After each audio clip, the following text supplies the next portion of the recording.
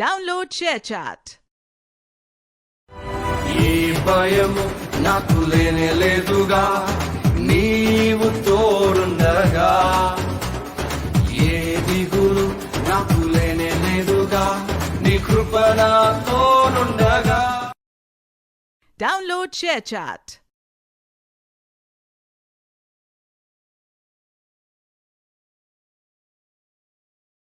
మొదటి రాజులు 18వ అధ్యాయం 29వ వచనం నుంచి 40వ వచనం వరకు చదువుకుందాం. ఈ ప్రకారము మధ్యాహ్నమైన తరువాత అస్తమను నైవేద్యం అర్పించుచు సమయం వరకు వారు పట్టణం చేయుట వచ్చింది. కానీ మాట అయినను ప్రత్యుత్తరం ఇచ్చు వాడైనను లక్ష్యం చేసిన వాడైనను లేకపోయింది. అప్పుడు ఏలియా నా దగ్గరకు రండి జనులందరితో చెప్పగా జనులందరూ అతని దగ్గరకు వచ్చింది.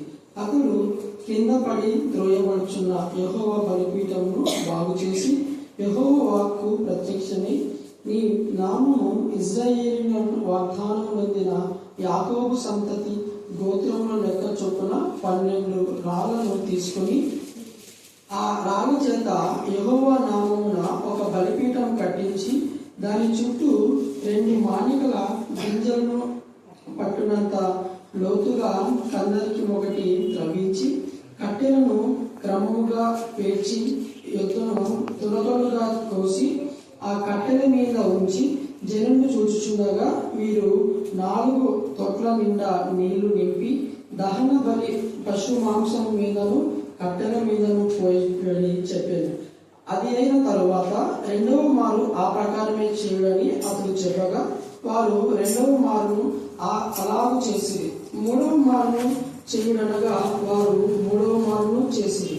అప్పుడు ఆ నీళ్లు బలిపీఠం చుట్టూను పొర్లి పారెను. మరియు అతడు కందకమును నీళ్లతో నింపెను.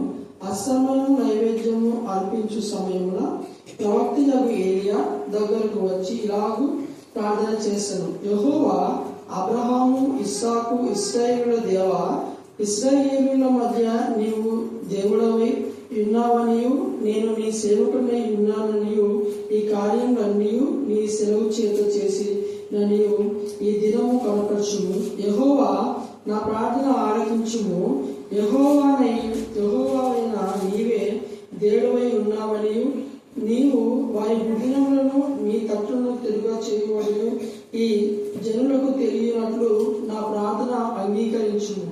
అతడు ఇలాగ ప్రార్థన చేయుచునగా యెహోవా అగ్ని దిగి దహన బలి పశువును కట్టెలను రాళ్లను బుగ్గిని దహించి కదకమందును నీళ్లను ఆరిపోచేశాను. అంతటా జనులందరూ దాన్ని చూసి సాగిలపడి యెహోవాయే దేవుడు యెహోవాయే దేవుడని కేకలు వేసిరి. అప్పుడు ఏలియా ఒకనైనాను తప్పించుకొని పోలేక బయలు ప్రవక్తలను పట్టుకొనుడని వారి సెలవీయగా జనులు వారిని పట్టుకొని ఏలియా కీషోము వాగు దగ్గరకు వారిని కొనిపోయి అక్కడ వారిని వధించెను. దేవుడి లేఖన భాగాన్ని దీవించి బంధించి పూర్ణ స్వస్థత దయచేసిన దేవా, మీరు స్వస్థపరిచి యెహోవాని వారి కుటుంబంలో రుచి పరుచుకున్న దేవా, మీకే స్తోత్రం. కమలా వారి ఇంటి విషయంలో కూడా అద్భుత కార్యం చేసి అర్ధరాత్రి అగ్నిపొందలు మాత్రమే లైఫ్ వచ్చిన ప్రభా, ఇంటిని పూర్తి చేయడానికి మార్గం చావడం చేస్తున్న విధానం బట్టే దేవా, బ్యాంక్ లోన్ మీరు దయచేశారు. అందుకు కూడా మీకు వందనాలు స్తోత్రం చెల్లించుకుంటున్నాం దేవా. మీరే మా సూర్సని నా ప్రభ నా తండ్రి, మీ వాక్యం ద్వారా నా తండ్రి వారికి కావాల్సిన నిధులను విడుదల చేసిన దేవా, మీకే స్తోత్రం. యథార్థంగా ప్రవర్తించి వారి వంశములకు నా ప్రభ రహస్య ముందు దాచబడిన నిధులను మీరు ఇస్తారన్నారు. మీరు దాచమని ప్రారంభిస్తున్నాం. దేవుని పక్షంగా నేను పోరాడే విధంగా ఉంచడానికి మీ కృపాసాన్ని దాచారు కాక నమ్మదగిన దేవా, నేను రక్తం కారణంగా ఇంకా పోరాడలేదు ప్రభా. స్తోత్రం దేవా, శక్తి లోపం లేకుండా మీ నామను గనపరచడానికి మహిమపరచడానికి మీరు చేసిన మేడను అనేక ప్రాంతంలో భూదిగంతలు మేము సాక్షిగా లేకపోయినా మేమన్న ప్రాంతంలో సాక్షిగా ఉండటానికి మీ కృపను దాయించమని ప్రార్థిస్తున్నాం. నిర్లక్ష్య స్వభావం ఏమైనా జీవితం వేసాడో గర్తించమని ప్రార్థిస్తున్నాం దేవా. కందకమును నీళ్లతో నింపినట్టుగా ఈ మధ్యాహ్న కాల్చింది నింపిన మీ ఆత్మతో శక్తులు నింపమని ప్రార్థిస్తున్నాం దేవా. పైనుంచి అగ్ని దిగి వచ్చినట్టుగా నా ప్రభాతాన్ని మేలు గదిలో ప్రార్థన చేసినప్పుడు మా ప్రభాతాన్ని శుద్ధాత్మ అగ్ని దిగి నాలుగు విభాగం వస్తున్నాయి. ఒక్కొక్కరి వాక్శక్తి ఇచ్చిన కొలది ఆ ప్రభు అతనేవాడు. నీకు మహిమకరమైన స్తుతించగలిగినారు, ఘనపరచగలిగినారు, ప్రార్థించగలిగినారు ప్రభా. ఈ మధ్యాహ్న కాలచంద్ర బిడ్డలకు ఎన్నో పనులు అలసిపోయిన ప్రభు వచ్చినప్పుడు దేవా వారు మీ హృదయం మా ప్రభన అతని మీతో కలిసి ఆత్మతో సత్యంతో ఆరాధించిన ఆరాధన నీకు ఇంపైన శ్వాస యాగంగా ఉన్నందుకు నీకు వందనాలు చెల్లిస్తున్నాను. పాటల ద్వారా వాళ్ళు స్తుతించిన విధానం బట్టి మీకు వందనాలు చెల్లిస్తున్నాను. స్తుతి చేయడం శోభస్కరమైన సెలవిచ్చిన దేవుడు ప్రభా. కాబట్టి ముందుగా వచ్చి సండే స్కూల్ బిడ్డలకు లేఖన భాగం నేర్పించిన విధానం బట్టి అప్పుడే మీరు ఇచ్చిన ఆసక్తిని బట్టి మీకు వందనాలు చెల్లిస్తున్నాను. దేవా స్తోత్రం. అలాగే అన్ని రాళ్ళు దేవా Lakshmi hallelujah hallelujah praise the Lord. Thank you Jesus. ఈ సమయం నందు మన ధ్యాన అంశం ఏంటంటే ఏం చెప్పండి? రోషం గల ఏలియా. అందరూ చెప్పండి, అందరూ చెప్పండి, మళ్ళీ చెప్పాలా? ఇది కర్మేలి యొక్క అనుభవం. కర్మేలి యొక్క కొండ పైన దేవుడు చేసిన అద్భుతం, ఆశ్చర్యం, వింత కార్యం, గొప్ప కార్యం, తర్వాత అన్ని జనులలో సూచక క్రియ అంటే అన్ని జనులలో దేవుని నామంలో ఘనపరుస్తూ మహింపరుస్తూ అంత మాత్రమే కాకుండా రుజువు చేస్తున్నారు. ఈ మధ్యాహ్న కాల సమయంలో అనేక మంది మనల్ని ఏమేమి అడుగుతుంటారు. మన పవన్ చెప్పేటప్పుడు కూడా నైట్ చాలా మంది నైట్ టైం బాగా వస్తారు. దేవుడికి స్తోత్రం. పగలు కూడా రావడానికి ప్రయత్నించండి. మీరు నైట్ బాగా వస్తారు కాబట్టి నైట్ పవన్ ఇచ్చిన మెసేజ్ చక్కగా చెప్పిండు. ఏం చెప్పిండు చెప్పండి ఒకసారి, గుర్తుందా? ఈ యొక్క మెసేజ్ కి సంబంధించే ఏదమ్మా? యెహోవాను స్తుతించుడు. ఇంకా చెప్పండి, సృష్టిని పూజించొద్దు. అది ఇక్కడ వీళ్ళంతా సృష్టిని పూజిస్తున్నారు. అందుకే ఈ యొక్క మెసేజ్ కి సంబంధించిందని చెప్పాను నేను. వీళ్ళంతా సృష్టిని పూజించి సృష్టికర్తను మర్చిపోయారు. రోషం గల దేవుని కోసం జీవించకుండా లోకానుసారమైన విధానంలో రాజులు వాళ్ళు వీళ్ళు చెప్పిన మాట, మరి దేవునికి విరోధమైన విధానంలో దేవునికి విరోధమైన కార్యాలు చేసిన వాళ్ళ మాటలు విని వీళ్ళకి దేవునికి కోపం తెప్పించి బాధ తెప్పించి వాళ్ళకు వాళ్ళు బాధపడుతున్నారు. వాళ్ళకు బాధ ఎందుకు వస్తుంది అంటే దేవుని బాధ పెడితేనే మనకు బాధ వచ్చేది. గుర్తుపెట్టుకోండి, దేవుని కానీ దేవుని పిల్లలు కానీ మనం బాధ పెడితే తద్వారా గోడకు బంతిదంతే మన ముఖాన్ని పెట్టుకున్నట్టుగా మనకే వస్తుంది. ఇలాగా దేవుని పిల్లలు బాధ పెట్టి బాధ తెచ్చుకున్నటువంటి వాళ్ళు కొందరు ఎవరైనా చెప్పండి మీకు గుర్తుంటే? దేవుని పిల్లలు బాధ పెట్టి వాళ్ళే బాధ తెచ్చుకున్నారు. లోతు వెరీ గుడ్. ఇంకా చక్కగా చెప్పినాడు. లోతు, హాగరు కూడా శానం బాధ పెట్టింది కదా. శానం మేలు చేసింది. మేలు చేసినటువంటి ఆ యొక్క శాలకు యజమానులకు విధేయతగా ఉండమని చెప్తే ఒకే కాకుండా ఆమె ఏం చేసిందంటే ఎదురు తిరగడమే కదా, అపహాస్యం చేసింది. పాపం కదా, ఏదో దాస్తి కదా, అయినా పర్వాలేదులే, నాకు ఒక కుమారుడు కావాలి అనేసి ఎంత ఇదిగా ఆమె తను తాను తగ్గించుకొని తన దాసునైనా కూడా ఎవరు భర్తకు షేర్ చేసుకోవడానికి ఇష్టపడదు, ఏ భార్య కూడా ఇష్టపడదు. అలాంటిది శారా ఎంతగానో తగ్గించుకొని దేవుడు చెప్పాడు కాబట్టి ఒకవేళ నాకు ఒకవేళ హాగర్కి ఇస్తాడు అలా చెప్పాడేమో తన అనుకుంటే, తన సొంత అభిప్రాయం సొబుద్ధిని ఆధారం చేసుకున్నందుకు ఆమె కూడా బాధపడుతుంది. శారా బాధపడింది, అబ్రహాం బాధపడినారు, హాగర్, ముగ్గురు. అందుకే ఈ యొక్క సమయంలో జ్ఞాపకం. అలాగే ఎస్తేరు మనం చూస్తే యూదులను బాధ పెట్టి వాళ్ళని చంపాలనుకున్న హామాకి ఏమొచ్చింది? తనకే ఉరికాయ. మొర్దెకైకి ఉరికాయ చేశాడు, కానీ ఎవరికి వచ్చింది ఉరికాయ? హామానికే వచ్చింది. ఎస్తేరుకు రోషం వచ్చింది, మొర్దెకైకి రోషం వచ్చింది. ఏలియాకి ఎంత రోషం వచ్చిందో అంత రోషము మొర్దెకైకి వచ్చింది, ఎస్తేరుకు వచ్చింది. అందుకే ఎస్తేరు ఏమైంది అంటే రోషం తెచ్చుకొని నేను మరణించినా పర్వాలేదు, నేనేమైపోయినా పర్వాలేదు, రాజు ఆగ్రహానికి గురైనా పర్వాలేదు, కానీ నా ప్రజల కోసం నా దేవుడు రోషం వల్ల దేవుడనే నా దేవుడి ముందు మేము తల వంచడం తప్ప అన్నిల ముందు తల వంచము, అన్నిలకు మేము దాసులంగా ఉండము. ఏదో అప్పుడు చేసిన తప్పిదాన్ని బట్టి దాసులంగా ఉన్నాం, కానీ దేవుడి నామాన్ని మేము ఘనపరుస్తాం అన్న రోషం కలిగినటువంటి విధానంలో ఎస్తేరు తన మరణంలో తెగించి ధైర్యంగా రాజు దగ్గరికి వెళ్ళి తన ప్రజలను కాపాడుకోగలిగింది. హల్లెలూయా, హల్లెలూయా, హల్లెలూయా. తెగువ కలిగినటువంటి స్త్రీ, తెగింపు కలిగినటువంటి స్త్రీ, సాహసం చేసిన స్త్రీ, మరణములకు ఏమాత్రం కూడా వెనుకంజ వేయినటువంటి స్త్రీ, తన ప్రాణంలో కాపాడుకోకుండా ఏం పర్వాలేదు, నా వాళ్ళ ప్రాణం కాపాడాలని వేసేకున్నటువంటి ఆ మనసు ఆమెకుంది. ఇక్కడ ఏలియా కూడా అంతే. ఏలియా ఈ యొక్క యెజబెల్ అనేక మంది దేవుని ప్రవక్తలను చంపుతూ ఉంది. అలాంటి సమయంలో కూడా బాధతో వేదంతో ఈ యొక్క ఏలియా అనేకులు దేవుని వైపు తింటూ ఉంటే అన్య ప్రవక్తలకు అందరికి కూడా రోషం వచ్చి వీళ్ళని బాధ పెడుతున్నారు. కానీ వాళ్ళ రోషం వేస్ట్, లోకానుసారమైన రోషం కాదు. అదే మేము దేవుని విరోధమైన పాపం చేస్తున్నామని అని గద్దిస్తున్నప్పుడు గద్దినకు లోపడి మారు మనసు పొందుకోవాలా. పొద్దున ఎంతసేపు వాక్యం వినారా మీరు? మారు మనసు మరి వస్తుందా? లేదు. చదివిన వాళ్ళే వాక్యం చదువుతుంటారు.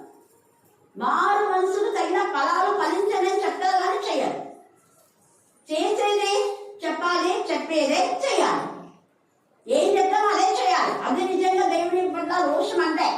ఇక్కడ ఏలియా చెప్పాడు, మా దేవుడు రోషం గల దేవుడు, మేము యథార్థంగా నిజాయితీగా ఉంటాం, దేవునికి మహిమకరంగా ఉంటాం, దేవుని గణపరుస్తాము అనేసి రోషంతో అనేక మందిని తిష్పీయుడు అంటే అనేక మంది లోకానుసారంగా ఉన్నటువంటి వ్యక్తులను దైవికమైన విధానంలో తిప్పగలిగినటువంటి వ్యక్తి తిష్పీయుడు.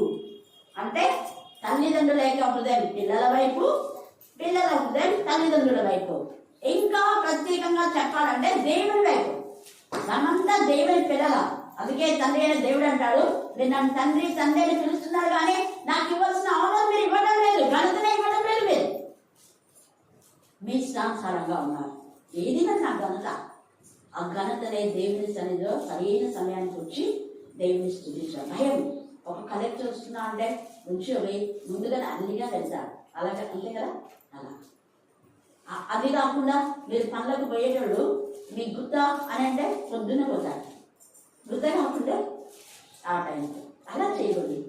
మనం ఒకే విధానంలో ఉండాలి. మన వ్యక్తిగతంగా అయినా గుత్త అయినా ఎలాగైనా శక్తి లోపాలను కూడా చేస్తే మనకు బ్లెస్సింగ్స్ వస్తాయి.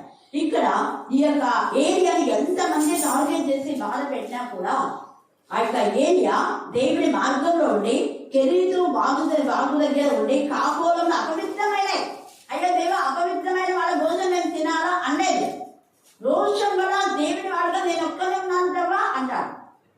నీకు రోషం ఉంది, మరి నీ రోషం ఏంది అనుకున్నాడు. అయినా పర్లేదే, నువ్వు పరిగెత్తుకుంటూ వచ్చావు కదా, ఏం పర్వాలేదు, నువ్వు రోషం కలిగి వచ్చావు నాకు అర్థమైపోయింది. కానీ నీకేమీ లేకపోయినా నువ్వు వంటలు వాడవు కాదు, నీకు తోడుగా కాకోలను వంట చేసి నీకు పెడతాయి. 65 మటన్ 65. హల్లెలూయా, హల్లెలూయా. రోషం గల దేవుని బిడ్డలకు రెడీమేడ్ మీల్స్ దేవుడు ఇస్తాడు, శ్రేష్టమైనది. చూడండి ఎంత ఇదిగా. ఇంకా ఒకటి నేను బాగా నిజంగా నాకు అబ్జర్వ్ చేసినప్పుడు, కాకోలంలో ఒకవేళ మనం మామూలుగా మటన్ చికెన్ ఇవన్నీ ఫ్రై అయితేనే అవి ముట్లు కలుసుకొని వస్తాయి అన్న కదా. ఇంకా మటన్ 65 అంటే ఫ్రైయే కదా. మరి ఫ్రై మటన్ అందరు ఇష్టపడతారు, ఫ్రై చికెన్ అందరు ఇష్టపడతారు. కొంచెం లూజ్ అంటే ఏమి ఇలా చేశావు అంటుంటారు పెళ్ళిళ్ళలో. అంతే కొంచెం నీళ్ళున్నా కూడా ఒట్టి నీళ్ళు వస్తారు, పక్కన నీళ్ళు వస్తారు, కొంచెం ఉన్నా కూడా అదే మా ఫ్రై చేసిన అంటే ఏ ఫ్రై చాలా బాగుందబ్బా, ఎంత బాగుంది అంటుంటారు. మరి అలాంటి శ్రేష్టమైనది ఈ యొక్క ఏలియా వండుకోలేదు, అంటు దొంగకోలేదు, నిప్పంచుకొని అంటించుకోలేదు. కారణం రోషం గల దేవుని కుమారుగా ఉన్నాడు కాబట్టి ఈ మధ్యాహ్నం ముందు నీకు కూడా నువ్వు రోషం గల దేవుని బిడ్డలుగా ఉండగా దేవుని చూస్తూ దేవునికి ఇస్తాను. నేను మనం చూసుకున్నా all source comes from the lord of Jesus Christ.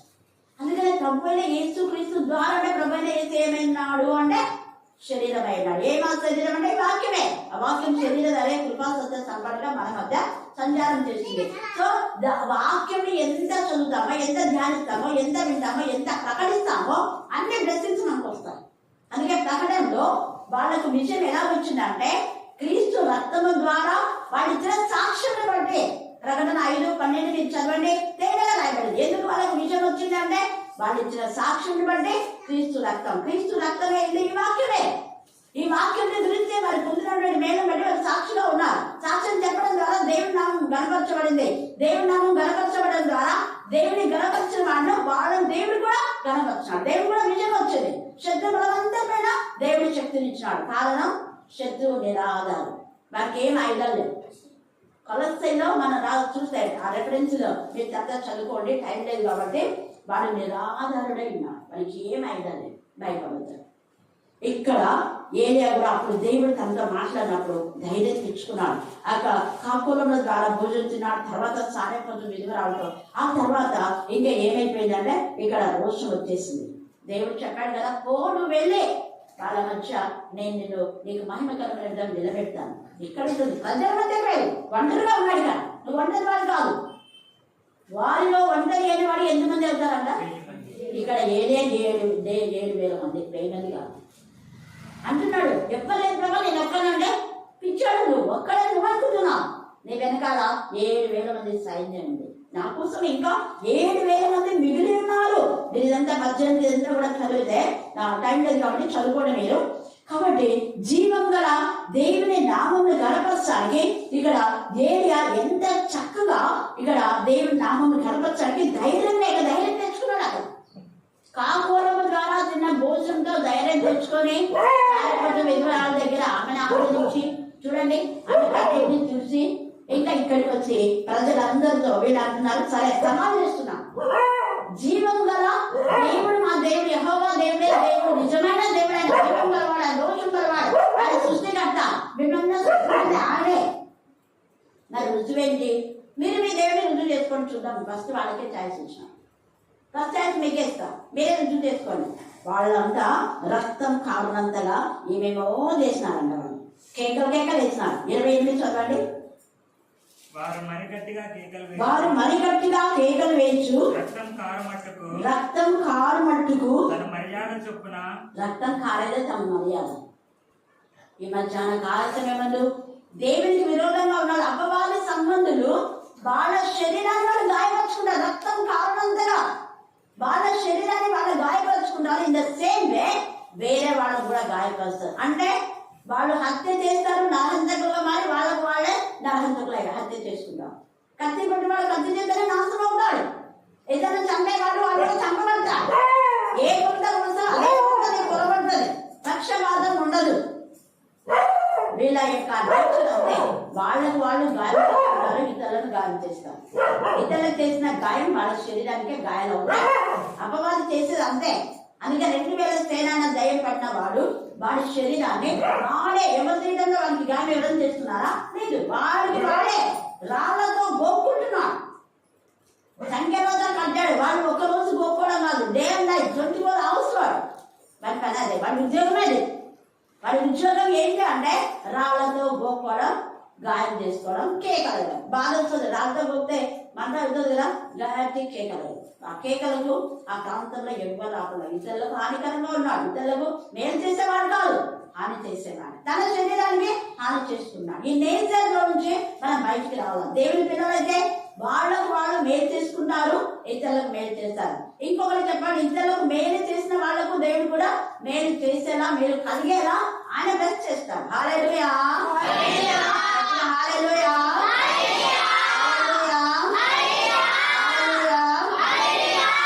మధ్యాహ్నం ముందు మనం మేలు చేసే వారుగా ఉన్నామా, కీడు చేసే వారుగా ఉన్నామా? మనసు మార్చుకోండి అని ఎన్నిసార్లు చెప్తున్నారు, కానీ వాళ్ళు మాత్రం రావాలి. ఏంటి మారడము అంటే యేసయ్య మనసు కలిగి ఉండాలి అంటున్నాడు. మరి యేసయ్య మనసు అందరినీ వాక్యంలో, ప్రార్థనలో యేసయ్య ఎంకరేజ్ చేశాడు. ఈవెన్ తనను చంపాలనుకున్నటువంటి ఇస్కరియోతు యూదా అని తెలిసి కూడా అతని కూడా సేమ్ బ్లెస్సింగ్స్ ఇచ్చినాడు. 11 మందికి ఏ అధికారం ఇచ్చాడో అదే అధికారం ఇచ్చాడు.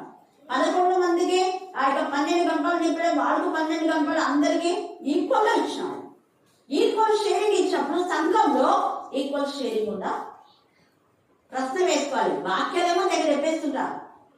క్రీస్తు చేసిన కలిగిన మనసు. మరి ఏది ఉంది నీ క్రీస్తు చేసిన కలిగిన మనసు? ఏసే మనసు ఏంటి? నాకంటే ఎక్కువగా మీరు ఏం చేస్తారు? ఏం చేస్తారండి? నాకంటే ఎక్కువగా మీరు ఏం చేస్తారన్నారు ఏసే శిష్యులకు? ఇంకా అద్భుతాలు. ఎవరైనా అంటారా? ఇప్పుడు వచ్చిన పాస్టర్స్ ఎవరైనా నాకంటే బాగా మీరు బోధిస్తారంటే ఇది బాగుంటుంది అంటారా? అస్సలు అన్నారు. వాళ్ళు బోధించకుండా వీళ్ళ పెంచుకుంటుంటారు. ఇంకా పైన వాళ్ళ గురించి అన్ని తప్పులు లేకుండా ఏమైనా అందుకని అది కాదు, చాలా మంది అలా చేస్తారు. అయితే కానీ వీళ్ళు ఇప్పుడు బాగు చేశారు, వీళ్ళు మంచిగా చేసిపోయారు అని అంటారు. అంటే మంచిగా ఉంటుంది, అలాగంటే మంచిగా ఉంటుంది. అక్క హెచ్ఎం నుంచి రిటైర్డ్ అయినప్పుడు అక్క అన్నీ చూసుకునేది అని మేము ఇంతగా అప్రిషియేట్ చేసేవాళ్ళం. డ్యూటీ మైండ్ అక్కకు, పొలానికి పోయి మళ్ళీ వచ్చేది. కొన్ని మాత్రమే తనకు ఇది కానీ చేసే కానీ మాకు అప్పగించేది. కానీ అక్క చేసే అన్నీ మేము రెఫర్ చేసాం, చెప్పేది అక్క కూడా నేను చేసినా మీరు మళ్ళీ కానీ అది ఉండాలి. నిజంగా వచ్చిన తర్వాత కూడా చాలా మంది అలా ఉండాలి. కానీ వాళ్ళు చేసింది అని వాళ్ళ మీద వీళ్ళ మీద నిపాలి. ప్రజెంట్ గా మనం ఏం చేస్తున్నాం, కానీ వాళ్ళు సరిగా చేయాలా నేను పెద్ద బాగు చేస్తున్నాను. హల్లెలూయా హల్లెలూయా హల్లెలూయా. వాళ్ళకంటే ముందు వాళ్ళకంటే మళ్ళా చెరగొడితే బాగుండదు. పాఠశాల ముందు వాళ్ళకంటే తర్వాత చెరగొట్టి పాఠశాల లేకుండా అయిపోయింది. ఇప్పుడు ఏది సచివాలయం అయిపోయింది. అలా చేయకూడదు. మరి రాక్షసత్వంగా మరి దేవునికి విరోధమైన విధానంలో ఉన్న వాటికి సోర్స్ అన్ని తొలగించే వాళ్ళ ఇక్కడ ఏమి అయితే ఎంత చక్కగా ఏమంటున్నా అంటే ఇక్కడ మీరు రండి ముందు అని చెప్పి వ్యాజ్యం తీసుకోవడానికి వచ్చి ప్రజలు అంతవరకు దూరం దూరంగా ఉన్నారు, వాళ్ళ వైపు ఉన్నారు ప్రజలంతా. ఇప్పుడు ఏది ఆహ్వానించా అంటే వీళ్ళ దేవుడు ఏం చేయాలి, అంతవరకు వాళ్ళు దేవుడు చేస్తారనే వాళ్ళు ఇస్తున్నారు, సమాధిస్తున్నారు. ఇప్పుడు వాళ్ళు అంత చేసినా కూడా వాళ్ళ శరీరం అయితే గాయమవుతుంది, రక్తం వస్తుంది, కానీ ఏ కించిత్తు కూడా వాళ్ళ దేవునికి బాధ కలగడం. ఇక్కడ ఏరియా తన శరీరాన్ని ఏం బాధపరుచుకోవాలి, వాళ్ళు చేసినట్టుగా చేయలేదు. సింపుల్ గా ఎంతగా చేశాడంటే ఆశ్చర్యంగా చేశాడు. అందుకే ఈయన కార్యాలని ఆశ్చర్యంలో అద్భుతంలో వింత గొప్ప సూచక్రియ. ఏంటి ఆశ్చర్యం అంటే వింత గొప్ప ఏంటంటే ఎవరైనా దహన బలి అర్పించేటప్పుడు ఆ యొక్క నైవేద్యానికి ఏం పోస్తారు అంటే నెయ్యి పోస్తారు. అప్పటి నుంచి ఉంటే ఇప్పటి నుంచి కూడా ఉంది. ఎవరైనా నీళ్ళు పోస్తారా చెప్పండి? నీళ్ళు పోస్తే నైవేద్యం మండుతుంటే మండదంతా నీళ్ళు పోస్తావా? మండుతుంది అంటే నీళ్ళు వస్తావా నువ్వు అంటారు వెంటనే.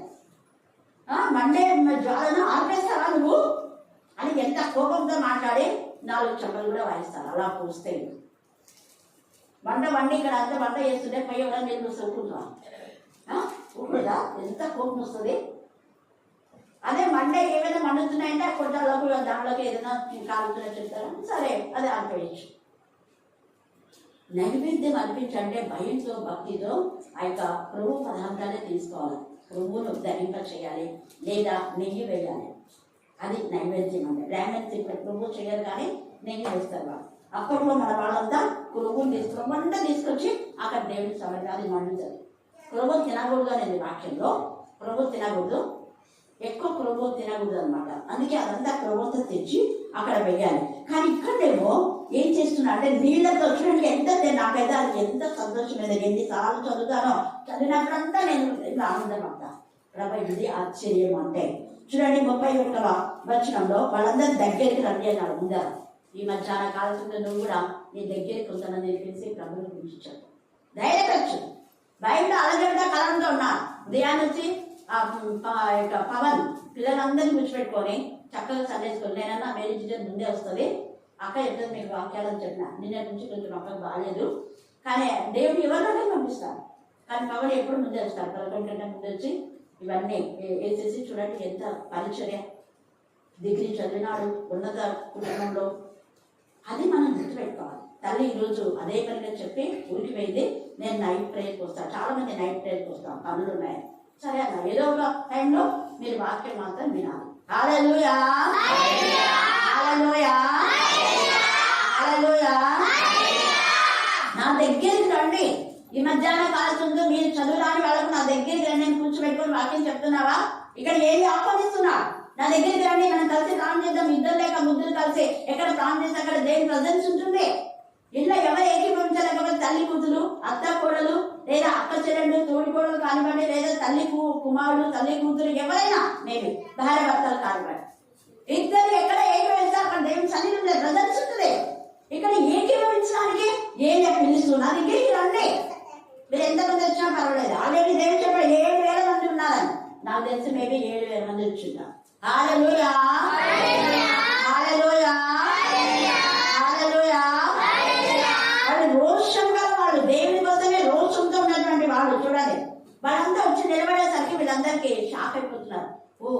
పక్షులు ఇంతమంది ఉన్నారా?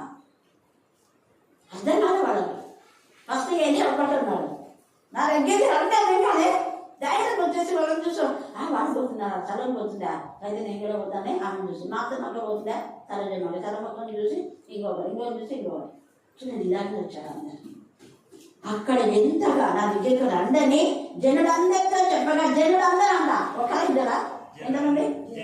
మళ్ళీ చెప్పండి. జనులు అందరూ ఈ మధ్యాహ్నంలో అందరూ కలిసి దేవుని కనపరచాలి. తప్పుడు వాక్యాలు, తప్పుడు బోధలు సంఘాన్ని చీల్చే బోధలు కాదు. గొర్రెల కాపలు కూర్చుడు, గొర్రెలు ఏమైపోతారు? చెదరిపోతుంది. వాక్యంలో తేదగా ఉంది. మంచి కాపరిని బాగా పెడితే కాపరి ఏమైపోతాడు? సినిమ దగ్గరికి పోతే గొర్రెలని అయితేనే చెదిరిపోయాడు.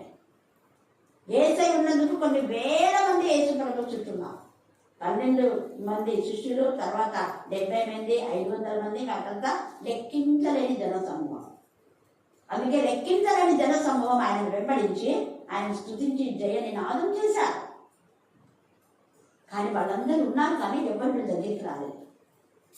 ఏసైతే ఉన్నా అన్నాడు, ప్రయాసపడి భారం మోసుకుని అందరు నా దగ్గరికి రండి అన్నాడు. అందరు అప్పుడు వచ్చారు. కానీ శిలలో ఒంటరిగా ఉన్నప్పుడు ఎవరైనా వచ్చారా? ఎవరు వచ్చినారు ఏసై దగ్గరికి? ఇద్దరు. అది కూడా ఎందుకు? ఏసై ముందే చెప్పడుగా ఇద్దరు ఏకీభవించాలన్నందుకు తల్లి మరియా యోహాను వచ్చారు. ఆయన ప్రామిస్ కూడా నెరవేరింది. వాళ్ళిద్దరి ప్రార్థన దేవుడు విన్నారు. ఆ తల్లి ఏమో నా కొడుకులైన ఆమె ఏడుస్తుంది, యోహానేమో నాకు తల్లిని ఆదరించను, నువ్వు పోతున్నా నాకు తల్లి ఏది అని యోహాను ఏడుస్తున్నాడు. ఇద్దరికీ చెప్పాను, ఇదిగో ఇప్పుడే నీకు తల్లి, నేను ఈ నుంచి తల్లిగా నా రొమ్మను నువ్వు అనుకున్నావు, నేను తల్లిగా నేను ఆదరించే యోహాను. ఇప్పుడు ఈమెను నువ్వు పరిచయం చేయాలి. నాకు పరిచయం చేసావు కదా, సేమ్ అమ్మ నేను కుమారుడినే నువ్వు ఇంతగా బాధపడుతున్నావు. నేను దేవునికి కుమారుని, నీకు కొన్ని రోజులు నన్ను పెంచా చాలా వందనాలు ఉన్నట్టుగా కృతజ్ఞత కలిగి అమ్మ నీ వేదన దేవుడు చూస్తున్నాడు. ఇదిగో నాకంటే ఎక్కువగా నేను హత్తుకొని ఉండేటటువంటి యోహాను, నేను 33 సంవత్సరమే నీ కొడుకు అన్నా. చాలా వృద్ధాప్యం వరకు యోహాను ఆ తల్లికి కుమారుడుగా ఉన్నాడు. హల్లెలూయా, హల్లెలూయా, హల్లెలూయా. అడిగిన దానికంటే, ఊహించిన దానికంటే అధికమైన మేలు చేయగల సర్వశక్తి మంతుడు మన దేవుడు. అందుకే నిరంతరము తనకు మేలు చేసేటువంటి కుమారుడు. నేను కొంతకాలమే దేవుని సెలవు ప్రకారం ఉన్నా వచ్చాను, వెళ్ళిపోతున్నాను, పని అయిపోయింది. ఇదిగో అమ్మా ఇద్దరు నీ మరణం వరకు నేను కాపాడుతాను. అందుకే చివరిలో నేను పెద్దనైనటువంటి యోహాను అని చెప్పి తల్లికి లేఖ రాస్తాడు. 2వ యోహాను తల్లికి రాస్తాడు లేఖ. మళ్ళీ వాళ్ళ తల్లి సలోమికి రాసి వాళ్ళ అమ్మ గురించి చెప్తాడు. దేవుడు ఏదైతే ఏర్పరచబడిన అమ్మ, ఆమె పిల్లలు అందరు ఇక్కడ క్షేమంగా ఉన్నారు. మమ్మీ నువ్వు కూడా క్షేమంగా ఉన్నావు. అలాగనే నువ్వు చాలా మందిని సత్యం నడిపించినావని విని నాకు చాలా సంతోషమైంది. నా పిల్లలు సత్యం అనుసరించి నడుచున్నారని వినుకుంటే నాకు ఇంకో సంతోషం లేదు. నా సంతోషం కూడా అదే. మీరే నా కిరీటం, మీరే నా ఆనందం, మీరే నా ఐశ్వర్యం, మీరే నా స్వాస్థ్యం, మీరే నా బలం, బలగం, సొత్తు. మనకి ఇంకేది లేదు. ఈ ఆత్మలే మనతో పాటిస్తాయి. ఏవి రావు, ఈ కోట కూడా రావు, ఏవి రావు. ఎంత పెద్ద మందిరం కట్టుకున్నా, కొన్ని కోట్లు పెట్టి కట్టినా ఆ మందిరం మనతో పాటు రాదు. ఆ మందిరాల్లో దేవుడు నివాసం చేయడం ఆయనే చెప్పాడు. ఎక్కడ నివాసం చేస్తాడు దేవుడు? హృదయంలో, దేవునికి ఇష్టమైన హృదయంలో. ఏకీభవించినటువంటి వారి దగ్గర ఇద్దరైనా ముగ్గురైనా చూడండి. అక్కడ తండ్రి కుమార పరిశుద్ధాత్మ ఉన్నాడు, ఏసై ఉన్నాడు, వీళ్ళిద్దరి ప్రార్థన ఏసై కూడా కలిసి చేశారు. హల్లెలూయా, హల్లెలూయా, హల్లెలూయా. అందుకే ఇక్కడ నా దగ్గరికి రండి అన్నాడు. ఈ వాక్యం ఇంకా బాగా చదివి ధ్యానం చేయాలి. వెంటనే దగ్గరికి వస్తే వాళ్ళకు చెప్పి చేయించింది ఏంటంటే, కింద పడద్రోయబడి ఉన్న యెహోవా బలిపీఠమును బాగు చేసి, మధ్యాహ్నం ముందు నువ్వు చేయవలసిన పని, కలిసి చేసే పనిలో నువ్వు పడిపోయిన దాన్ని బాగు చేసేవాడిగా, బాగు చేసేదానిగా ఉన్నావా? బాగున్నదాన్ని పడగొడుతున్నావా? సవాలిది దైవజనుడు. ఇక్కడ ఏదే దైవజనుడు, దైవజనుడు అంటే ఏదిరా? ఒక సంఘం పాడైపోతుంటే దాన్ని కట్టాలి. మంచిగా బైబిల్ స్టడీకి 300 మంది వచ్చే వాళ్ళను 10 మంది చేసినట్టే బాగు చేసినట్టే చదువుకుంటున్నాడు. అందరూ చెప్పాలా? మళ్ళీ చెప్పాలా? మళ్ళీ చెప్పాలా? ఆత్మ పరిశీలన చేసుకోవాలి. ఇక్కడైతే బాగు చేస్తున్నాడు, పడిపోయిన దాన్ని బాగు చేయడం. నేను చెప్పాను కదా, అక్క ఏంటి చెప్పింది. ఒకప్పుడు టీచర్ వచ్చినప్పుడు సండే స్కూల్ లేదు, స్త్రీలు 2 3 యూత్ కూడా లేదు. యూత్ వస్తున్నారు కానీ అది ఏం మా వాళ్ళు జరుపుకుంటున్నారో అర్థం కాదు. వీధి కూడా వస్తలేదు, అప్పుడే స్టార్ట్ వీధి కూడా సండే స్కూల్ 5 years మన ఇంట్లో ఉంటుంది. తర్వాత చాలా మంది నిండిపోయి అక్కడ ప్లేస్ కూడా లేదు నాకు, పిల్లలకు చాలా మంది వస్తున్నారు. అప్పుడు అందరూ అడిగిన దాన్ని బట్టి చర్చిలో సండే స్కూల్ పెట్టడమే. స్త్రీల కూటాలు ఎలా మర్చిపోతారు, దేవుడు మర్చిపోరు. హల్లెలూయా హల్లెలూయా హల్లెలూయా. అప్పుడు కంటే సంఘంలో 3000 మంది 4000 మంది కంటే ఎక్కువ ఉన్నారు, అవునా కదా? ఇప్పుడు ప్రపంచమంతటా కొన్ని వేల మంది వింటున్నారు వాక్యం. ఇది దేవుని సోర్స్. అర్థమైంది ఇప్పుడు మీకు? దేవుని యొక్క సోర్స్ మనకు దేవుడు విడుదల చేస్తారు. రోషం వల్ల దేవుని విడుదల మనం ఉన్నప్పుడు 1000 మంది 2000 3000 5000 కాదు, కొన్ని లక్షల మంది దేవుడు వినేలా అవకాశాన్ని దేవుడు సోర్స్ విడుదల చేస్తారు. 2000 అప్పటి నుంచి కరోనా ఉంది, కానీ 2014లో ముఖ్యంగా నేను ఎప్పుడో ఒకసారి టీవీలో ఇచ్చేదాన్ని. కానీ 14 నుంచి 2020 వరకు టీవీలో పరిచర్య, కల్వరి, తర్వాత మన ప్రార్థన టీవీ, పోలింగ్ వచ్చాము. దీనికి చాలా లక్షలు ఖర్చు అవుతుంది. దేవా నాకు సోర్స్ విడుదల చేయండి అని దేవుడు అడిగినప్పుడు అదే ముందు నువ్వే ఛానల్ ఓపెన్ చేసుకున్నావు అంటే. హల్లెలూయా హల్లెలూయా.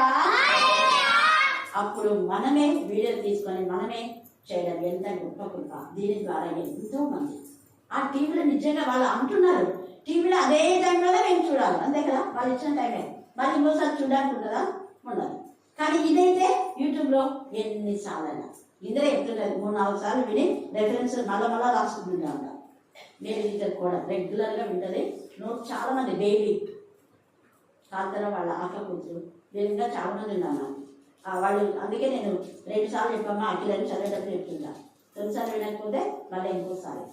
అందుకే ఇక్కడ దోషం కలిగి ఏమంటున్నా అంటే బాగు చేసి ఈ మధ్యాహ్నం ముందు నువ్వు బాగు చేస్తున్నావా, కుటుంబాలను చెడగొడుతున్నావా? నువ్వు బాగు చేస్తున్నావా? బాగా లేని కుటుంబాలను గద్దించి బుద్ధి చెప్పి వేసే రాజ్యంలోనికి నడిపించలే బాగు చేయడం అంటే. ఇక్కడ పడిపోయిన దాన్ని ఏం చేస్తున్నాడు అంటే, పడిపోయిన దాన్ని పైకి బలిపీఠం చూడండి, యెహోవా బలిపీఠంను బాగు చేసి, క్రింద పడద్రోయబడి ఉన్న యెహోవా బలిపీఠంను బాగు చేసి, ఆ బాగు చేసే విధంలో కొంత బాధ, కొంత శ్రమ, కొంత వేదన కలుగుతుంది మనకు. అలాగనే దేవునికి విరోధమైన పాపకాలలో ఉన్న వాడిని గద్దించి బుద్ధి చెప్పి హెచ్చరిక చేస్తే మనకు బాధ చేస్తారు, ఏం పర్వాలేదు. యెహెజ్కేలు 30లో వాళ్ళ కంఠం వస్తుంది, వాళ్ళ నరకానికి పోతుంది. ఈ పాప క్రియలో ఉంటే మీరు చెప్పండి, వాళ్ళు ఏమనుకున్నా చెప్పండి, వాళ్ళు వినకపోతే తీర్పు దినమందు నువ్వు నిర్దోషిగా ఉంటావు, వాళ్ళు దోషిగా ఉంటారు. హల్లెలూయా హల్లెలూయా హల్లెలూయా. అందుకే ఎవరు ఏమనుకున్నా చేతిపడే శక్తులు కానీ దిష్టి తీయడం, బొట్లు పెట్టడం, ఇంకా ఏమేమి ఉంటాయి. ఇవి క్రైస్తవ దేవుని బిడ్డలకు తగదు. ఏసే సిలువనే మనం వేసుకోవాలి. మన ఇంటి గడపలకు ఏసే రక్తం అంటే వాక్యము. అప్పుడు రక్తము నిన్న చెప్పినాను కదా, పశువు వదిలించి ఏం చేశారు, గడప కమ్ములకు పై కమ్మికి 2 అడ్డ కమ్ములకు రాహబు పూసింది, ఎర్ర తగలు దారం పట్టింది. అయితే అలాగా ఏది ఇంటికుండా ఆ ఇంటి నుంచి మరి సంహారపు దూత దాటిపోయేను. పస్కా అంటే దాడిపోవుట, శోధన దాడిపోవుట, అనారోగ్యం దాడిపోవుట, అప్పుడు దాడిపోవుట, నిందలు దాటిపోయిట, వేదన దాడిపోవుట, నీకు ఏది విరోధంగా ఉందో అవన్నీ దాటిపోతాయి. హల్లెలూయా హల్లెలూయా హల్లెలూయా. వాక్యంలో నేను నింపబడినప్పుడు, వాక్యంలో నీ పిల్లలు ఉన్నప్పుడు, వాక్యం నామం పేద నీ పిల్లలు నీ ఇంట్లో స్తుతి చేసినప్పుడు దేవుడు సమృద్ధి అనే జీవితాన్ని ఇస్తాడు. బాగు చేసి అంటున్నాడు. తర్వాత సెకండ్ ఏం చేస్తాడు, బాగు చేసిన తర్వాత ఏం చేస్తున్నాడు చూడండి. యెహోవా ప్రత్యక్షమై నీ నామము ఇశ్రాయేలునకు వాగ్దానం నొందిన యాకోబు సంతతి గోత్రముల లెక్క చొప్పున. చూడండి ఇక్కడ ఏమంటున్నాడు, ఒక్కరు చెప్పినా అలా ఏమైనా ఇప్పుడు ఏ వంశానికి చెందిన వాళ్ళ నా వంశం వాళ్ళు రండి, నా మేటోళ్ళు రండి, వాళ్ళతోనే ఏమైనా చేస్తా అంటున్నాడా? అందరు దేవుడు ఏర్పాటు చేసుకునే 12 గోత్రాలు, 12 గోత్రాలు లెక్క చొప్పున 12 రాళ్ళను తీసుకొని వాళ్ళు 2 రాళ్ళు, ఇంకొకరు 3 రాళ్ళు, ఇంకొకరు 1 రాయి చెప్పాలా? అందరు సమానమే. 12 మంది రాళ్ళను తీసుకొచ్చారు. తర్వాత రాళ్ళ చేత యెహోవా నామమున ఒక బలిపీఠం కట్టించి, అక్కడ కట్టిన రాళ్ళనేది ఎక్కడంటే చాలా చదివి వాళ్ళని పిండి చేసి ఉండొచ్చు.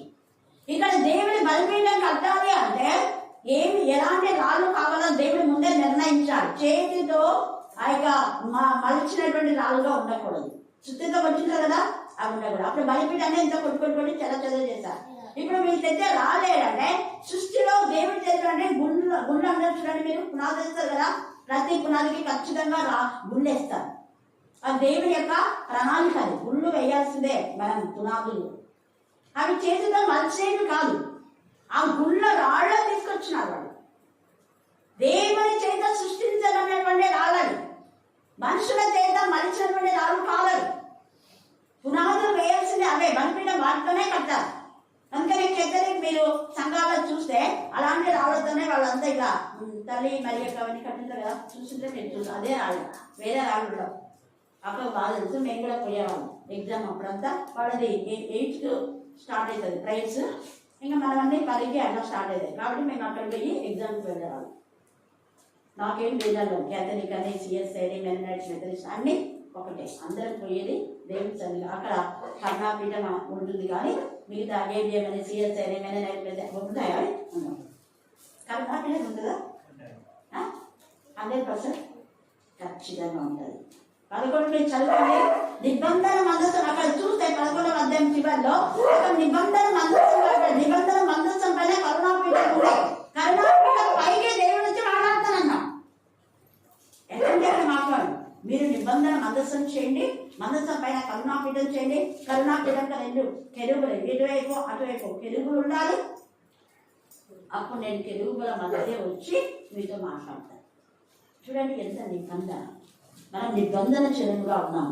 కాబట్టి ఇక్కడ ఏం చేస్తున్నారు, రాళ్ళు సమానంగా తీసుకొచ్చి యెహోవా నామపేట ఒక బలిపీఠం కట్టించి దాని చుట్టూ 2 మానికల గింజలు పట్టునంత లోతుగా కందకం ఒకటి తవ్వించి కట్టెలను క్రమంగా పేర్చి, ఇక్కడ రాళ్ళు తీసుకొచ్చారు. అవి మనుషుల యొక్క లోక మర్యాదను అనుసరించి విధానంలో ఉండకూడదు, దేవుని చేత సృష్టించబడినటువంటి రాళ్ళే అవి. తర్వాత సృష్టి క్రమం, తర్వాత కట్టెల క్రమం అనేది ఉండాలి. ఫ్రైడే రోజు ఉపవాస ప్రార్థన అంటే మళ్ళీ ఫ్రైడే రోజు పెళ్ళిళ్ళు. క్రమమా ఇది? చెప్పండి, మీరే చెప్పండి. క్రమమా కాదు? గట్టి ఏది నాకు చిన్నగా భయపడుతున్నారా? భయపడేదని కాదు, అది దేవునితో నిబంధన. అది మనం దేవునితో ఒక నాన్సీని మనం చేసుకున్నాం. అసలు ఉపవాస ప్రార్థన అనే అనౌన్స్మెంట్ చేస్తే ఆ రోజు పెళ్లి ఉంటే పెళ్లి కూతురు దేవుని మందిరానికి రావాలి, వాక్యంలో ఉంది, మీరు చదువుకోండి. 27 ప్రవక్తతో ఎంత చెప్తాను. అంతఃపురంలో ఉన్న పెళ్లి కుమార్తె ఉపవాస ప్రార్థన కావాలి. ఉదయమే 20 పట్టణస్తులు, పిల్లలు, తల్లులు, పశువులు అంటే స్వయం ఉపవాస ప్రార్థనలు చెప్పడమేమో చేస్తాం, చేతలు మాత్రం ఉండవు. ఆ రాజు తగ్గించుకున్నాడు, తగ్గించుకుని ఎలా కూర్చున్నాడు, గోడపల్ల కట్టుకున్నాడు. ఇప్పుడు గోడపల్ల కట్టుకుని అవసరంగా, కానీ కనీసం తగ్గింపు స్వభావం ఉందా? అందరినీ ఆహ్వానించాడు. రాజుకు అందరికీ ఏక మనస్సుతో వాళ్ళను ఇన్వైట్ చేశాడు. ఒకరికొకలాగా ఇంకొకలాగా అందరూ కలిసి చేసినప్పుడు 80 పట్టణంలో ఆ యొక్క కీడు తాను చేయదునన్న కీడు చేయక మానే. హల్లెలూయా, హల్లెలూయా, హల్లెలూయా. మన ప్రాంతంలో సొదొమ గొమొర్రా లాగా కాకముందే, 80 పట్టణం నాశనం కాకుండా కాపాడినట్టుగా మనం కూడా కలిసి దేవుని తగ్గించుకొని ఆయనని గుణపరచాలి, ఆయన హెచ్చించాలి. అదే క్రమం. దేవునితో చేసిన ఒప్పందాన్ని మనం నెరవేర్చుకోవాలి. ఒక నిబంధన జరగడం, మనం నిబంధన మీరితే బ్లెస్సింగ్స్ పోతాయి. అబ్రహాంతో, ఇస్సాకు, యాకోబులో దేవుడు నిబంధన చేశారు. వాళ్ళకు, నీ ప్రజలు నన్ను కాక లోకంలో ఉన్నటువంటి శక్తులను పూజిస్తే నా యొక్క ప్రజెన్స్ వాళ్ళ మధ్య ఉండదు. అందుకనే 400 సంవత్సరంలో వాళ్ళ ఐగుప్తులో దాసులుగా చేయబడ్డారు. అలాగే హిజ్కియా దేవుని నిబంధన చేసుకుని నిబంధన మీరాడు కాబట్టి 15 సంవత్సరాలు ఆయుష్ ఇస్తే దేవుని గణపరచకుండా రాజునంతా తీసుకొచ్చి తన యొక్క బలగాన్ని, తన ఐశ్వర్యాన్ని, తన సంపద ఇవన్నీ చూపించారు వాళ్ళకు. దేవుని గణపరచనందుకు నీ తదనంతరం నీ యొక్క సంతతి నపుంసకులుగా చేయబడతారు. అందుకే డానియల్, ఈ యొక్క మిషాయల్, అజాయల్, తర్వాత అజర్యా వీళ్ళంతా కూడా అక్కడ నెబ్కద్నెజర్ రాజు దగ్గరికి నపుంసకులుగా తీసుకున్నారు. ప్రవచనం అది. దేవునికి విరోధంగా ఉండే బ్లెస్సింగ్స్ పోతాయి, పొందుకున్న బ్లెస్సింగ్స్ పోయాయి. కింగ్ కూడా అంతే, ముందు బ్లెస్సింగ్స్ వచ్చాయి కానీ తర్వాత ఏమైనా పోగొట్టుకున్నారు. కారణం అవిధేయత. ఇక్కడైతే క్రమాన్ని వీళ్ళు పాటిస్తున్నారు. దేవుడితో చేసిన నిబంధన వీళ్ళు మీరు అందుకే క్రమముగా పేర్చి ఎద్దును తునకలుగా పోసి ఆ కచ్చల మీద ఉంచి జనులు చూచుచుండగా మీరు 4 తొట్ల నిండా నీళ్లు నింపి దహన బలి పశు మాంసం మీద కట్టెల మీదను పోయిడంటే వాళ్ళందరికీ షాక్ అయిపోయింది. ఎద్దుకు నా కొవ్వును అందిస్తే అది అనుకోవాలి కదా, నీరు వస్తే ఎలా అనుకుంటుంది? ఆశ్చర్యం. ఇదే గొప్ప, ఇదే వింత. కనుగొట్టబడిన బలిపీఠంలో సరి చేశాడు, క్రమంగా కట్టెలు పేర్చాడు, 12 మంది గోత్రికులు ఏకం చేశాడు, పక్షపాతం లేదు. తర్వాత ఇక్కడ ఏం చేస్తున్నా, నీళ్లు దేనికి గుర్తు అంటే పరిశుద్ధాత్మ గుర్తు. హల్లెలూయా, హల్లెలూయా, హల్లెలూయా. పరిశుద్ధతకు పరిశుద్ధాత్మకు నీళ్లు గుర్తు. నీళ్ళని మనం దేనికి వాడతామంటే శుద్ధి చేసుకోవడానికి కదా, కాళ్ళు ముఖం కడుక్కోవడానికి, స్నానం చేయడానికి, వంటలు చేసుకోవడానికి, అన్ని పరిశుద్ధంగా. అందుకే శుద్ధ జలం అంటారు. నీళ్ళు ఏమంటారు? శుద్ధ జలం. శుద్ధ జలంలో చదివితే అన్ని శుద్ధ అయిపోతాయి అంటున్నారు.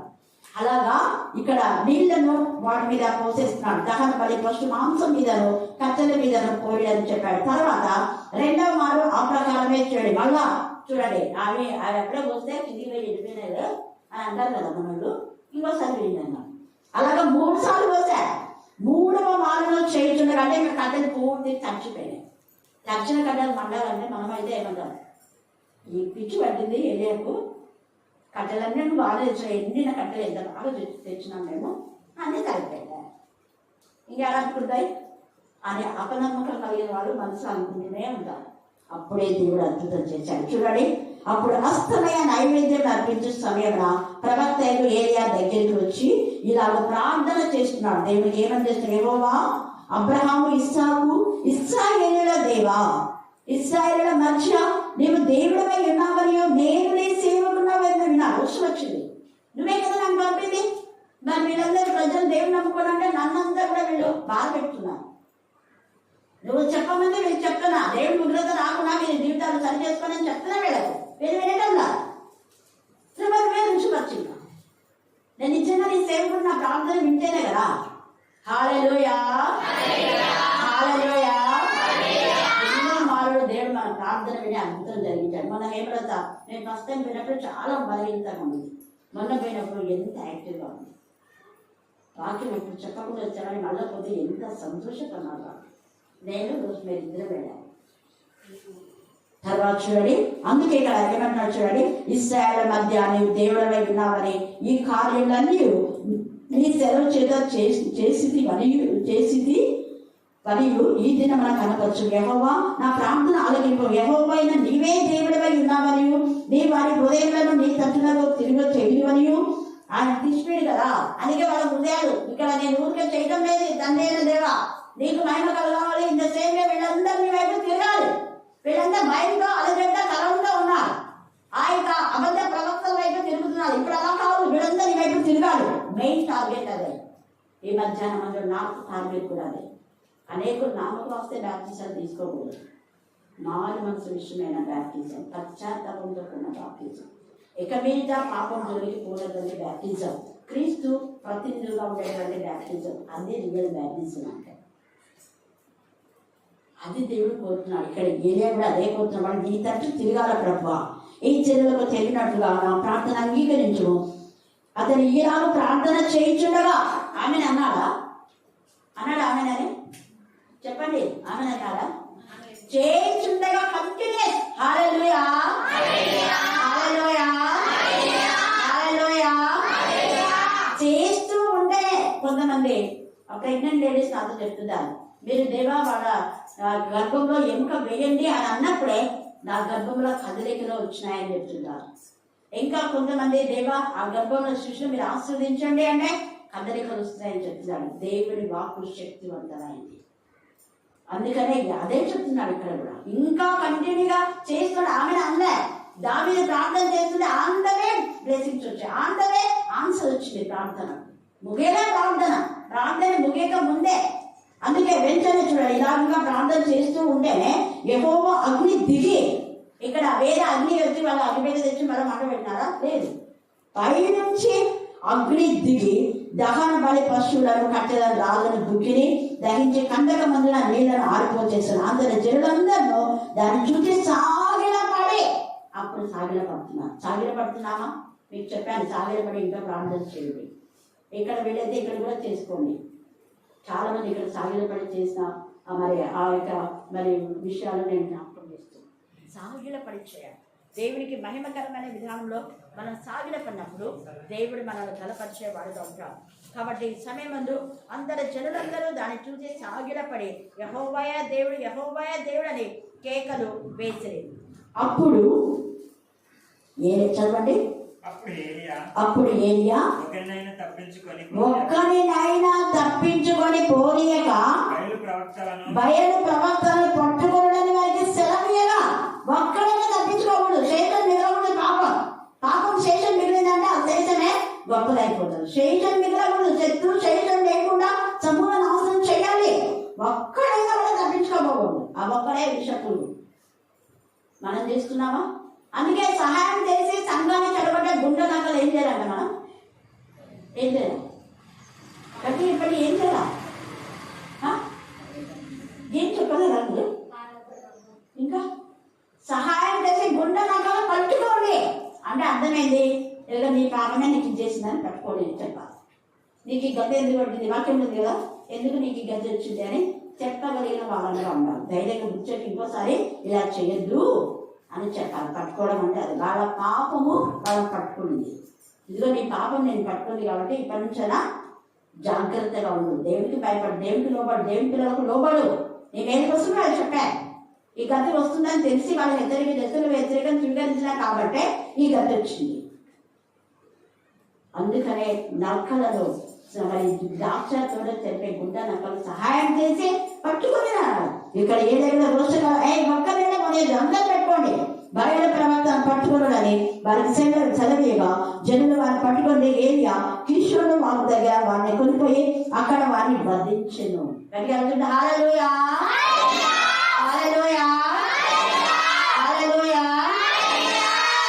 ఏలియాను చంపుదామని సవాల్ చేసినటువంటి బయలు ప్రవక్తలందరూ కూడా చచ్చిపోయారు.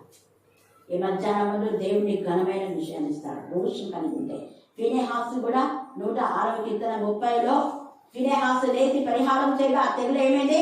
ఆగిపోయింది. అన్ని స్త్రీలు చేసుకుంటే రోషంతో ఎజ్రాలో మీరు చదవండి. రోషంతో వెళ్ళి వాళ్ళిద్దరిని జిక్రీ కుజ్బీ చంపి పడేశారు.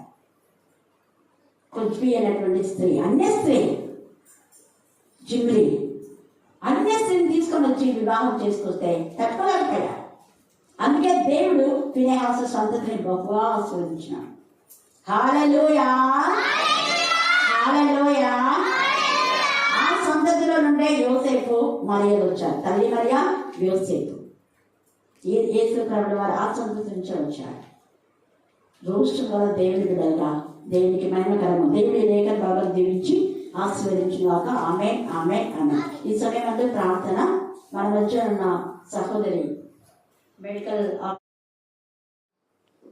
సర్వశక్తి ఆశీర్వైన దేవ, ఈ పరిశుద్ధమైన ప్రార్థనకు లెక్కలేని వందనములు, స్తుతులు, స్తోత్రములు. నాయన ఎందరి వ్యక్తులైతే ఇక్కడ కూడి ఉన్నామో మీకు తెలుసు. హృదయ రహస్యమైన దేవుడవు, అంతరంగాన్ని పరిశోధించే దేవుడవు. ఆకాశము మీ సింహాసనము, భూమి మీ పాదపీఠము, మీ మరుగైనది ఏదీ లేదు. నాయన ఆదివారము ఆరాధనగా మీ సన్నిధిలో కూడి ఉన్నాం తండ్రి. మరి ఇప్పుడు దైవదాసురాలు ఏరియా గురించి అనేకమైన సాక్ష్యాలు చెప్పి ఉన్నారు తండ్రి. ఆ మాటలు విని మేము వ్యర్థంగా పోనివ్వకుండా వాక్యానుసారమైన నడక మాకు దయచేయండి బాబు. వచ్చుట వెళ్ళుట కాదు కానీ మీ మందిరమునకు మేము ఒట్టివారిగా వచ్చి మిమ్మల్ని మోసుకొని పోవారుగా మమ్మల్ని చేయండి. ఇక్కడ ఉన్న వారిని అందరిని ఒక్కొక్కరిని పేరు పేరు చొప్పున ఆశీర్వదించండి, దీవించండి. వారి అవసరతలు ఏమై ఉన్నావో మాకైతే తెలియదు. కంపల్సరిగా వారి అవసరతలు తీర్చిపెట్టండి. వారందరూ మరి ఎక్కువగా ప్రార్థించుటకు ఆయన మిమ్మల్ని ఆనుకునే భాగ్యం మాకు దయచేయండి దేవా. మీరే నిజమైన రక్షకుడు. తెలియక అటు ఇటు తొట్టిల్చు ఎంతో మంది లోకంలో పడి ఉన్నారు. వారికి నాయన మీరు మాట్లాడండి. వారితోటి బాబు యావనంతా మీ ఆత్మతో నింపండి. మీ పరిశుద్ధాత్మని ఇక్కడ కృమ్మరించండి, ఒక్కొక్కరిని దర్శించండి, ఒక్కొక్కరి హృదయాలను తాకండి తండ్రి. మరి వారి అవసరతలు ఏమైనాయో నాకైతే తెలియదు, మీకు మరిగేది కాదు కదా తండ్రి. వారి అవసరతలు సమస్తము తీర్చిపెట్టండి. వాక్యానుసారంగా నడుచుటకు సహాయం దయచేయండి. మా ప్రవర్తన యథార్థంగా ఉండటకు సహాయం దయచేయండి. మా ప్రవర్తనను బట్టి మీకు అవమానం తెచ్చువారిలాగా చేయొద్దు తండ్రి. నిజమైన క్రీస్తుని పలు జీవించే భాగ్యం మాకు దయచేయండి దేవా. చిన్న మందిగా కూడి ఉన్నాము తండ్రి నాయన.